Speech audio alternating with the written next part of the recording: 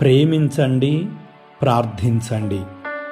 క్రీస్తునందు ప్రియులారా, క్రైస్తవ విశ్వాసి ప్రేమ, ప్రార్థన రెండు వేరువేరుగా చూడరాదు. ప్రేమించడం, ప్రార్థించడం రెండూ దైవీకమైనవే, రెండూ దేవుని ఆదేశాలే. విశ్వాస వికాసానికి రెండూ ముఖ్యమే. ప్రియులారా, దేవుని ఆజ్ఞల సారాంశము ప్రేమ సూత్రముపై ఆధారపడి ఉన్నది. దేవుడే ప్రేమ కనుక ఆయన మనకిచ్చిన ఆజ్ఞలు కూడా ప్రేమనే ఆదేశిస్తున్నాయి. ప్రేమించండి, ప్రార్థించండి అని యేసు బోధనల ద్వారా శిష్యులు ఆహ్వానాన్ని అందుకున్నారు. దేవుని ఆజ్ఞలను పాటించేవారు ప్రేమించడం, ప్రార్థించడం వారి వ్యక్తిత్వంలో నిర్మించుకుంటారు. అది దేవుడు వారికిచ్చిన ధన్యత. మన ఆధ్యాత్మిక జీవితాన్ని పరిశీలించుకొని పరిపూర్ణ ప్రేమలో జీవించడానికి ప్రయత్నించుదాం. ప్రియులారా, మీ శత్రువులను ప్రేమించండి, మిమ్ము హింసించు వారి కొరకు ప్రార్థించండి. శత్రువులను ప్రేమించడం అందరికీ సులభం కాకపోవచ్చు, కానీ అసాధ్యమైనది కాదు. యేసువే శత్రువులను ఎలా ప్రేమించాలో చూపాడు.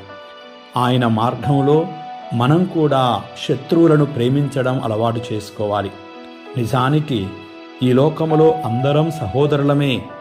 ఎవరు ఒకరికొకరు శత్రువులుగా పుట్టలేదు. మనలోని పాప కల్మషం వలన, అసూయ, స్వార్థం వలన మన తోటి వారిని శత్రువులుగా భావిస్తున్నాము. శత్రుత్వము దేవుడు మన నుండి కోరడం లేదు. ప్రేమతో జీవించాలని దేవుడు ఆహ్వానిస్తున్నాడు. కాబట్టి శత్రువులను ప్రేమించలేని వాడు దేవుని ప్రేమకు నోచుకోడు.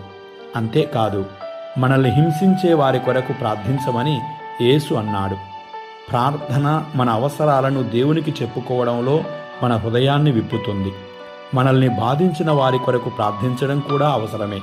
అప్పుడే మనము నెమ్మదిని పొందుతాము. ప్రియులారా, హృదయంలో పగా ప్రతీకారాలు ఉంచుకొని ఎలా ప్రార్థించగలము?